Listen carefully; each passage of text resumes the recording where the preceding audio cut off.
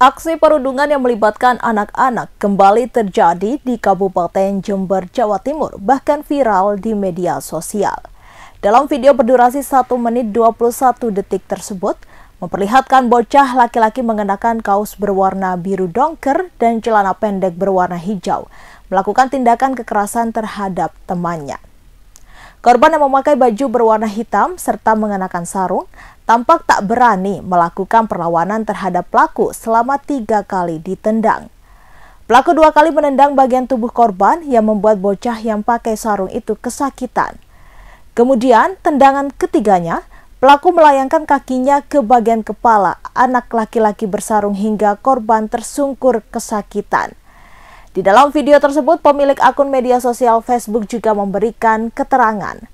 Berdasarkan keterangan ibu korban, kasus perundungan ini terjadi di rumah pelaku di Kecamatan Patrang, Kabupaten Jember, Jawa Timur.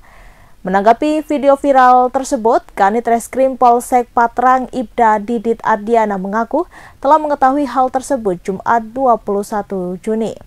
Namun hingga kini belum ada laporan masuk soal kasus perundungan anak itu. Menurut Ibda Didit, Polsek Patrang Jember telah memerintahkan Babin Kaptipmas untuk menelusuri tempat kejadian perkara kasus perundungan tersebut. Viral, seorang gadis berusia 23 tahun menikah dengan kakek berumur 80 tahun. Melansir tribuntrends.com, kisah cinta beda usia ini terjadi di China. Mulanya, gadis bernama Xiao Fang ini menjadi sukarelawan di sebuah panti jompo di Provinsi Hebei. Ia pun bertemu dengan kakek Li dan menjadi dekat karena memiliki hobi yang sama. Seiring berjalannya waktu, keduanya saling jatuh cinta. Xiao Fang mengaku bahwa sifat kakek Li yang dewasa dan bijaksana membuatnya menjadi tertarik. Sementara kakek Li menyukai Xiao Fang karena gadis cantik itu bersifat baik, namun keluarga Xiao Fang tak setuju saat keduanya akan menikah. Mereka menuding kakek Li hanya memanfaatkan Xiao Fang karena umurnya yang masih muda. Meski tak direstui keluarganya, Xiao Fang tetap memilih untuk menikah dengan kakek Li dan memutuskan hubungan dengan keluarganya. Polres Pamekasan Madura menangkap 13 tersangka dari berbagai kasus selama Operasi Sikat Semeru 2024 Jumat 21 Juni. Kasat Reskrim Polres Pamekasan AKP Doni Setiawan mengatakan, Operasi Sikat Semeru 2024 ini dilaksanakan selama 12 hari, terhitung mulai tanggal 3 hingga 14 Juni 2024. Selama operasi ini, Polres Pamekasan berhasil mengungkap 12 kasus dengan 13 tersangka. AKP Doni Setiawan mengatakan, tujuan operasi ini untuk menekan pelaku kejahatan seperti pencurian, curas, curat, curanmor, street crime, penyalahgunaan sajam, senpi, handak, dan penyelundupan di wilayah perairan yang meresahkan masyarakat, baik yang dilakukan oleh perorangan maupun kelompok ataupun sindikat. Dari 12 kasus tersebut, ungkap kasus target operasi sebanyak 6 kasus dengan 7 orang tersangka. Dengan rincian ungkap kasus curas, 2 kasus 2 tersangka, dan kasus curanmor 4 kasus 5 tersangka. Sedangkan ungkap kasus non-TO sebanyak 6 kasus dengan 6 orang tersangka, dengan rincian ungkap kasus curas 1 kasus 1 tersangka dan kasus curanmor 5 kasus 5 tersangka. Sementara itu, Kasih Humas Polres Pamekasan AKP Sri Sugiarto menyampaikan, selama Operasi Sikat Semeru 2024, Polres Pamekasan dalam penentuan ungkap target dapat terpenuhi dengan maksimal.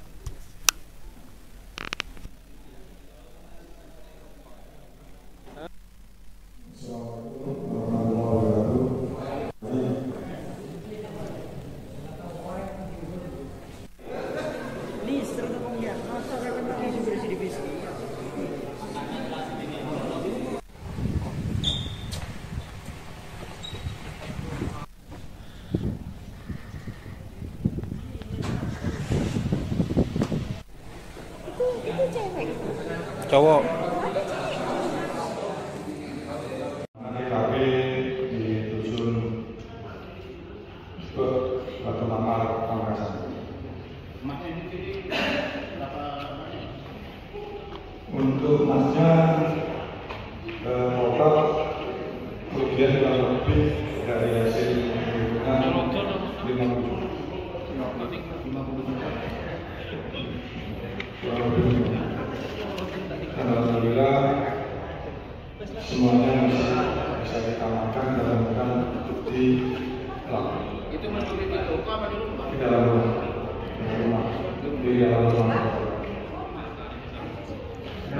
Bocorannya seperti apa dan penangkapannya?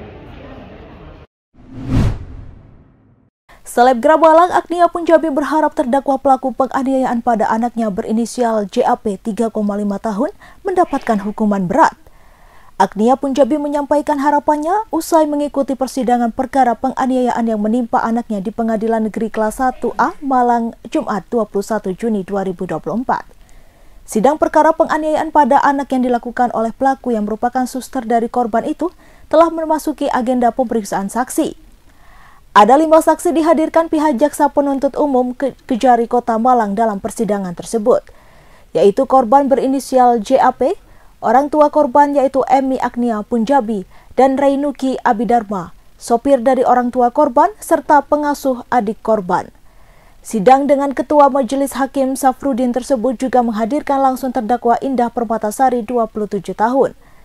Dirinya juga menyampaikan bahwa JAP juga hadir dalam persidangan dan ikut dimintai keterangan. Dalam kesempatan tersebut, Agnia juga berharap agar Majelis Hakim dapat memberikan keadilan bagi JAP.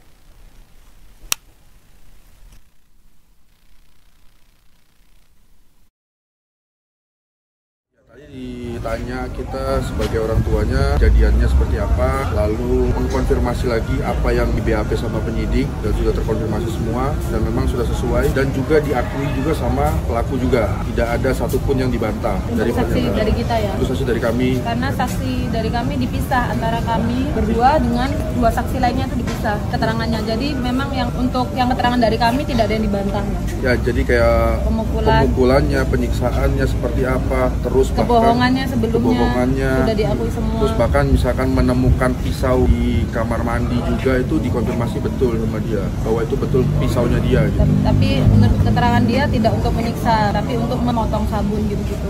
Tapi untuk yang lain-lain tersangka tidak membantah ya. Harapan saya tersangka ini bisa dapat hukuman yang setimpal, meskipun hukuman penjara pun tidak setimpal bagi dia, tapi mendapatkan hukuman seberat-beratnya tanpa ada keringanannya. Tadi adik juga ditanya Iya. soal apa? Soal diapain aja gitu. Konfirmasi apakah benar mengenal susnya, apakah benar siksanya di bagian mana. Cuman memang karena sampai detik ini itu tidur malamnya nggak tenang.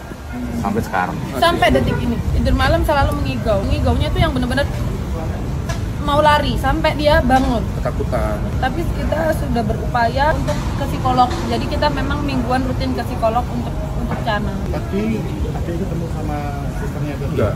Oh enggak? Memang saya requestnya nggak ketemu. Nah karena kan selama ini kan psikolognya juga sangat amat berusaha buat bisa menghilangkan traumanya. Fakta terbarunya sih masih diduga ya, karena setelah kita up kasusnya dan viral, ternyata banyak kayak mantan-mantan majikan tersangka itu up juga kasusnya, tapi diduga. Saya tidak tahu aslinya ya, pernah katanya tersangka pernah mencuri HP atau sebelumnya juga pernah kasar ke anak kecil. Dan juga diduganya si suster ini belum punya pengalaman sebagai suster. Diduga. Ternyata selama ini ya serabutan gitu loh, ada yang ART, ada yang apa gitu. Jadi sebenarnya saya juga sangat kecewa dengan pihak PT-nya, PT penyalurnya, karena penyalurnya ini penyalur yang sangat besar di Indonesia ya. Bahkan banyak artis yang pakai gitu. Dan bayarnya juga tidak murah. Saya rasa HRD-nya juga sudah harusnya mampu lihat ini baik atau tidaknya gitu loh. Tapi ternyata colongan juga. Sampai saat ini pihak PT belum ada tanggung jawab apapun ke kami dan belum ada komunikasi apapun ke kami juga gitu. Jadi ada harapan dari Majelis Hakim tadi menyampaikan bahwa jenengan harus lebih kooperatif untuk menjaga. Iya, pasti. Saya terima itu sih Pak. Terima dengan lapang hati dan saya memang mengakui mungkin sebelumnya pengawasannya belum begitu maksimal. Jadi memang ini juga teguran besar bagi kita orang tuanya agar lebih banyak lagi waktu untuk Siapakah PA wanita yang ditangkap bersama Virgon ketika nyabu tengah malam hingga akhirnya digerebek polisi? Pertanyaan itu membuat publik penasaran, namun setidaknya ada beberapa hal mengenai PA yang dijawab polisi dan Virgon sendiri. Adapun sosok PA yang juga sempat muncul di hadapan awak media meski wajahnya ditutupi secara penuh sampai tak terlihat. Kronologi penangkapannya, Virgon terjadi di kamar indekosnya kawasan Ampera, Pasar Minggu, Jakarta Selatan, Kamis 20 Juni 2024 sekitar pukul 1 dini hari waktu Indonesia Barat. Ketika ditangkap, Virgon sedang bersama perempuan berinisial PA setelah mengonsumsi narkoba jenis sabu-sabu. Hasil tes urin Virgon dan PA menunjukkan ada kandungan metamfetamina atau sabu. Sosok PA dan Virgon terlihat ketika hendak menjalani pemeriksaan kesehatan di Biddokes Polres Metro Jakarta Barat, Jumat 20 Juni. Virgon dan PA terlihat keluar dengan tangan terborgol. Saat menuju Biddokes, Virgon terlihat mengenakan pakaian serba hitam dari mulai topi, jaket, celana hingga sandal jepit. Virgon juga nampak mengenakan masker hijau dan tak mengeluarkan sepatah kata pun. Sesekali Virgon menunduk kemudian melepas pandangan matanya ke berbagai arah seolah menghindari sorot kamera. Berbeda dengan Virgon yang menampilkan separuh wajahnya, sosok AP tampak menggelapkan wajahnya dalam jaket hoodie berwarna hijau.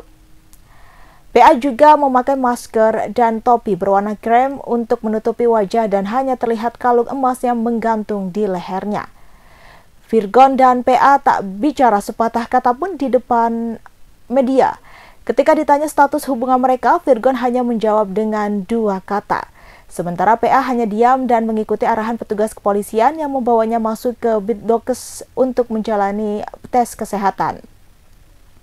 Tidak diketahui pasti pemeriksaan apa saja yang dilakukan, namun pukul 5 sore waktu Indonesia Barat, Virgon terlihat keluar dari Biddokes dan menundukkan kepalanya. Menurut Kanit 3 Satuan Reserse Narkoba Polres Jakarta Barat, Ibtu Reditya Alfahendi, Virgon dan PA dinyatakan sehat setelah menjalani pemeriksaan di Biddokes. Rangkaian pemeriksaan yang dilakukan tim Biddokes Polres Metro Jakarta Barat untuk Virgon dan PA meliputi tes menyeluruh mulai denyut nadi hingga tensi tubuh. Diketahui Virgon tidak dalam keadaan depresi ataupun stres. Sebelumnya, Kasat Res Narkoba Polres Metro Jakarta Barat AKBP Indrawini Panjiyoga sempat menjawab pertanyaan soal hubungan Virgon dan PA. Saat ditanya apakah mereka memiliki hubungan pribadi atau profesional, Panjiyoga menyebut pihaknya masih akan mendalami. Pihaknya masih menyelidiki pemasok yang memberikan sabu ke Virgon. Hingga saat ini Virgon dan PA belum ditetapkan sebagai tersangka kasus penyalahgunaan narkoba jenis sabu. Polisi memiliki waktu 3 kali 24 jam untuk menuntaskan kasus narkoba yang menjerat Virgon. Rudi Irawan, ayah Peggy Setiawan ternyata memiliki nama lain. Nama itu juga ada di kartu tanda penduduk. Mengenai identitas kependudukan itu, Rudi diperiksa penyidik di Ditreskrim Polda Jawa Barat selama 5 jam Jumat 21 Juni. Rudi diperiksa sejak pukul 14.00 waktu Indonesia Barat dan keluar gedung Ditreskrim Polda Jawa Barat sekitar pukul 7 malam waktu Indonesia Barat. Albert Hendriko Panggabean, satu di antara kuasa hukum Rudi, mengatakan, Rudi dicecar 20 pertanyaan seputar kepemilikan identitas ganda. Kepada penyidik, Rudi mengakui memiliki KTP dengan 2 nama, yakni Rudi Irawan dan Sya'arudin. Ruli Panggabean, kuasa hukum lainnya, mengatakan motif Rudi memiliki 2 nama itu untuk kepentingan pribadi. Jan Warwu, kuasa hukum lainnya, menambahkan Rudi sengaja mengganti nama di KTP agar hubungan dengan istri pertamanya tidak retak. Seperti diketahui, Peggy merupakan tersangka dalam kasus Vina Cirebon. Kasus itu berupa kematian Vina dan Eki, kekasihnya, dengan kondisi menyedihkan. Keduanya ditemukan di Jembatan Talun, Kabupaten Cirebon pada 27 Agustus 2016. Download Tribun X sekarang, menghadirkan lokal menjadi Indonesia.